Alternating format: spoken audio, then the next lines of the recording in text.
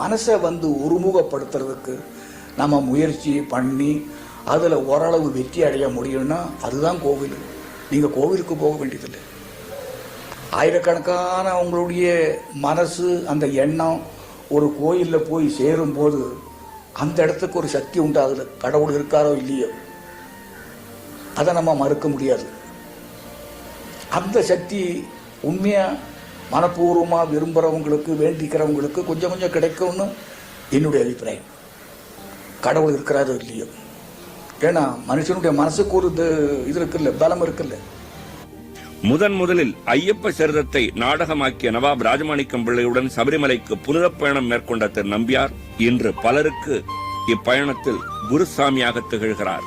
ஐயப்ப நாடகம் 1942 ஆலப்பியில நடத்தி நாங்கள் முத அங்கே போகிறோம். சபரிமலைக்கு போனோம். சபரிமலைக்கு